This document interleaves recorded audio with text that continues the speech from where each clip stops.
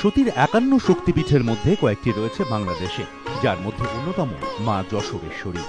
বাংলাদেশের সাতক্ষীরা জেলার ঈশ্বরীপুরে মা যশোরেশ্বরীর মন্দির। এখানে পীঠ ভৈরবের নাম চণ্ড। কথিত আছে সুদর্শন চক্রে খণ্ডিত হয়ে সতীর করকমল বা তালুদ্দয় পড়েছিল এখানে। অনেকে আবার বলেন দেবীর দুটি পা এখানে পড়েছিল। সতীদের কোন অংশ এখানে পড়েছিল তা নিয়ে দ্বিমত থাকলেও বাংলাদেশের অন্যতম এই যশোরেশ্বরী মন্দির। এখানে পুরাণ বর্ণিত যে ৫১টি শক্তিপীঠ, সেই পীঠের এক পীঠ এখানে অবস্থিত এবং বহু আগে থেকে, পুরাণকাল থেকে, পৌরাণিক কাল থেকে এটি আছে। এখানে সতীর পানিপদ্ম পড়েছিল এই বলে কথিত। সেখানে বর্তমানে যে মন্দিরটি আছে এটা যশোরেশ্বরী কালী মন্দির। মন্দিরের নির্মাণ নিয়েও রয়েছে একাধিক মত। কথিত আছে অনরি নামে এক ব্রাহ্মণ প্রথম মন্দিরটি তৈরি করেন, কিন্তু সময়কাল জানা যায়নি। শোনা যায় বহুকাল পর দেনু কর্ণ নামে এক ক্ষত্রিয় মন্দিরটি সংস্কার করান, তবে মূল মন্দিরটি নতুন রূপ পায় রাজা প্রতাপাদিত্যের হাতে। কথিত আছে গৌড় থেকে এসে এই অঞ্চলেই ইছামতি ও যমুনার সঙ্গম স্থলে রাজধানী স্থাপন করতে চান রাজা প্রতাপাদিত্য। রাজধানী নির্মাণের জন্য বন জঙ্গল সাফ করাচ্ছিলেন রাজা। এমন সময় এক অলৌকিক ঘটনার সাক্ষী হন কামাল উদ্দিন নামে তাঁর এক কর্মচারী। কামাল উদ্দিন দেখেন ঝোপের আড়ালে জ্যোতির্ময় আলোক ছটা, সেখান থেকে বের হচ্ছে ধোঁয়া। ঘটনার কথা রাজাকে জানান তিনি। জঙ্গলের মধ্যে গিয়ে রাজা দেখেন এক পরিত্যক্ত মন্দির ও এক প্রস্তর খণ্ড। পাথরের খণ্ডটি অনেকটা হাতের তালুর মতো দেখতে, পাশেই পড়ে রয়েছে টাটকা জবা ফুল। তখনই সেই স্থানে দেব মাহাত্ম্য অনুভব করেন তিনি। তারই উদ্যোগে নতুন করে তৈরি হয় মন্দির। জায়গার নাম রাখেন যশোরেশ্বরী পুরী, আর সেই নাম থেকেই দেবীর নাম যশোরেশ্বরী। শুধু মন্দির নির্মাণ নয়, তৎকালীন সমাজে সৌহার্দ্যের বার্তা দেন রাজা প্রতাপাদিত্য। মন্দিরের অদূরেই নির্মাণ করেন একটি মসজিদ ও একটি গির্জা। মসজিদটির নাম টেঙ্গা মসজিদ, এবং এই মসজিদ তিনি উৎসর্গ করেন তার কর্মচারী কামাল উদ্দিনের উদ্দেশ্যে, যিনি প্রথম দেবী স্থানে অলৌকিক দৃশ্য প্রত্যক্ষ করেন। মসজিদ থেকে কিছুটা দূরেই একটি গির্জা তৈরি করান তিনি, নাম ঈশ্বরীপুর চার্চ। ১৫৯৯ সালে নির্মিত এই গির্জা বাংলাদেশের প্রথম বলে দাবি। মন্দির, মসজিদ, গির্জা অদ্ভুত কৌণিক বিন্দুতে নির্মিত। তিনটির অবস্থান যেন একটি অদৃশ্য ত্রিভুজ নির্মাণ করেছে। যশোরেশ্বরী মন্দিরের সঙ্গে ত্রিকোণের বিশেষ সম্পর্ক রয়েছে। মন্দিরের অনেক কিছুই ত্রিকোণাকৃতি, যেমন ভৈরবের মন্দির ত্রিকোণ, ভৈরবের বেদিটিও ত্রিকোণাকৃতি। দেবীর সমস্ত কাজ যে পুকুরের জলে হয় সেই পুকুরটিও ত্রিকোণাকৃতি। পুজো হয়ে যাওয়া ফুল যেখানে ফেলা হয় সেই জায়গাটিও ত্রিকোণ। রাজা প্রতাপাদিত্যের পতাকা ও মুদ্রাও ছিল ত্রিকোণাকৃতি।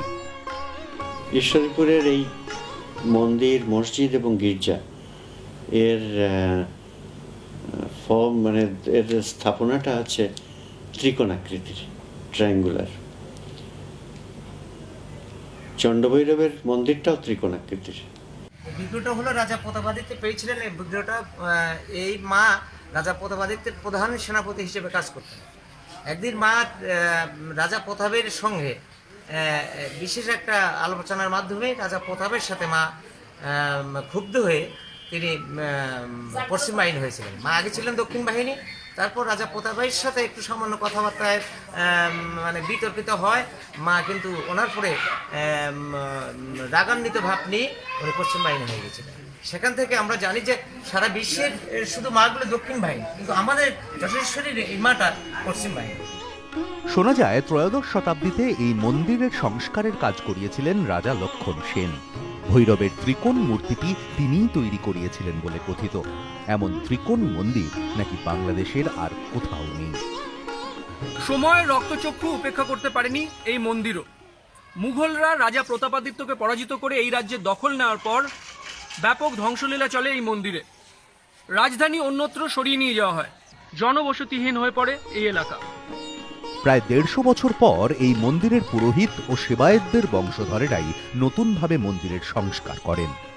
একটা সময় তুর্কিরা এই এলাকার দখল নিলে তারও প্রভাব পড়ে যশোরেশ্বরী মন্দিরে। তুর্কি স্নানাগার, সৈন্যবাহিনীর কুচকাওয়াজের জায়গা, কামান বসানোর বেদি, শিকার করে আনা হাতির কঙ্কাল এখনো সেই স্বাক্ষর বহন করে চলেছে। যশোরেশ্বরী মন্দিরের কথা আমরা পাই ভারতচন্দ্রের অন্নদামঙ্গল কাব্যেও। একটা সময় কালী পুজোর দিনগুলিতে গমগম করত যশোরেশ্বরী মন্দির।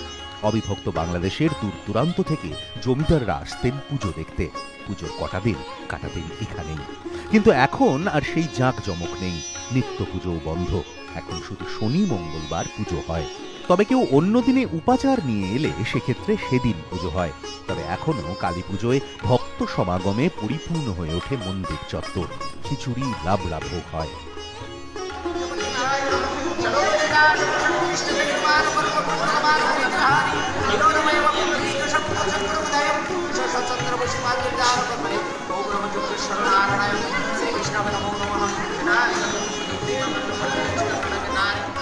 একদিন আগে আমরা মায়ের সামনে যে নহবতখানা আছে ওখানে আমাদের ঢাকি বা ঢুলি বা বাঁশি ওরা খুব ভোর থেকে ওখানে সানাই বাজায়।